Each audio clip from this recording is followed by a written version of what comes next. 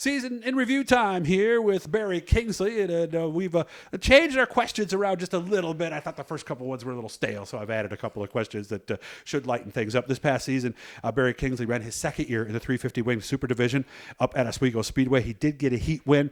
He finished top 5 in the point standings there. Of course, he ran small block supers for 13 seasons. Before that, we're out at his place in Volney. So we're talking just about 2021. I guess we'll start right out with the easiest question. How was it? It was okay. Not great, not horrible. Started out the season pretty decent, picked up where we left off and what we learned in 2019. Of course, we didn't run the 2020 season. The Speedway up there in Oswego never even opened. Had a little bit of a lull in the middle of the season. Had some bad crashes at the end of the season, but then got fast at Classic and felt really good about it until Classic crashing happened. Yeah, and if you go to the interview we did afterwards, he's got some left front damage, got a bent axle, and maybe a little bit of a frame repair to do as well. So what was the best night of this past season? I can't remember the date, but I think it was probably end of June. The car was pretty hooked up. My confidence level was up.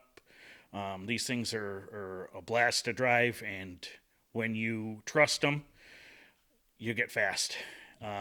Ended up getting I think I got a heat race win that night, and I think I finished 5th in the feature that night. Is that your best feature finish in the division yet? No, I had a second in 2019. Of course, it was a short field that year with it being the first year they had them, and I had a podium finish earlier in the year as well. But that night I ended up 5th. Okay, so good night right there. So yeah, obviously you know the next question. What was the worst night of the year? Well, 2 weeks before Classic. Flying into turn 3, like I said, these cars don't, you hardly lift at all. Some of the better guys can flat-foot it into turn 3 and go all the way around. Okay. Yeah, this big wing. Yeah. With that little engine, that they get moving. Mm-hmm. Had the front axle break, and from there it was just a trip into the styrofoam on turn 3. Hit it a ton, wrecked a lot of stuff. Probably should have finished my season, but me and my crew guys and my sponsors and a lot of people came together and helped me out, get me ready for Classic. And then at Classic. yeah. Classic was just another issue altogether. Oh, it was? Okay. Yeah. But which one was more severe than the Classic wreck or the first one? I probably have to say the Classic wreck because that actually had some frame damage, not just bolt-on parts and time and money. Yeah, I think it can be fixed. Okay. Do you have another frame? I have another frame in the pipeline. It's still an older car. This vintage, this is a 1997-ish Page car, so it's still the same, but it's almost brand new. It's hardly ever been raced. Okay, and so everything should bolt on. Everything will bolt on. Yeah, it's really close. So how are we going to decide that? Well, I don't know yet. Okay, well, we'll get back to you then on that one then. So, okay. What do you do on a rainout night when you're not expecting it? Because sometimes we kind of know and we're ready, but let's say there's a big shower and they said, all right, that's it. What do you do for fun? Well, we had a couple of those at Oswego this year too, and one of them was really bad, like monsoon-style rain. Yeah. Unfortunately, it was after our heat races and before features, so we were already at the track. We usually just pack it up. We'll either head down the Front Door Tavern and have a beer and a cheeseburger with Paul, and just go from there. Okay, all right. Superstitious in any way? Are you talking about the green? Well, yeah. Obviously, that's the first thing that entered my mind. Yeah, because that's not on the sheet. I just added it because I said, "Oh, he's got a green race car." Yeah, so I know one superstition you don't have. I'm not really superstitious. No? I believe you make your own luck in racing. I think that there is such a thing as bad luck, but not necessarily superstitious. How about like doing things in a certain order, things before the race? Nothing like that you try to do consistently? Not really. Not really. Okay. All right. No.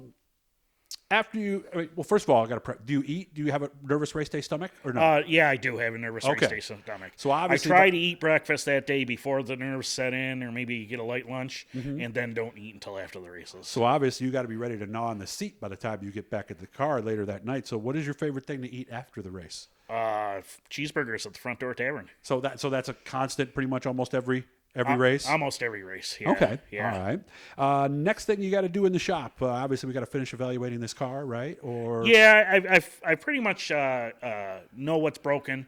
know what I've got to focus on, get it stripped down, get it to either Rob Pullen's shop or somebody that can help me straighten it out, and do a little bit more chassis fabrication that's above my pay grade. And then go from there, figure out whether this chassis is worth saving or to use the one I've got in the pipeline. This is also the time of year after you've had a little time, and it's been, what, well over a month now, right? Yeah, it's close to 2 months? It's been almost 2 months. Almost yeah. 2 months now. Everybody has that list of things they want to upgrade, whether it's a new trailer, a new engine, a new chassis, a new hauler, whatever. Is there one thing that you could really use right about now? I think a new chassis is probably top of the list. This was a pretty fresh motor at the beginning of the season, and geez, we only raced 10 times or so. So I'm pretty confident in the motor. We did some good maintenance to it and kept up with it all year, and so I think that's still pretty strong. I think it's just a matter of a chassis and maybe doing a few things differently on it. And that's about it, huh? Yeah. Happy with the way things went this past season? Yeah, I think so. Still got a lot of room to grow, but like I said, I don't think the season was horrible.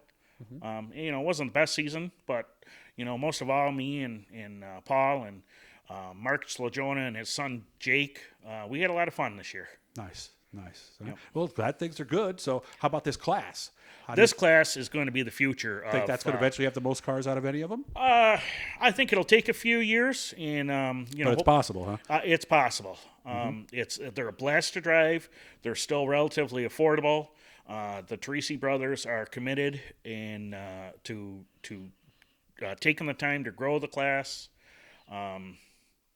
It's a lot of fun, and I think they have a lot of potential. Nice job, man. All right. So as you can see, we kind of expanded a little bit from what we did in some of the other ones because, I thought they were a little stale. So, guys, if you want to see more, hit the blue E down there. Of course, down the road, we'll have one with Barry where he's going to tell us how he remembers growing up near the track, how he actually rode his bike to the Speedway back in the day. And that was just a couple of weeks ago. No, just kidding. So, but good to see you. Thanks for having me up. And again, we want to thank Canadian Kyle for making this happen. Hit the blue E to subscribe. Every time we're talking to somebody cool. Barry, you take care of yourself. Thanks for having me. Thanks, Doug. You too.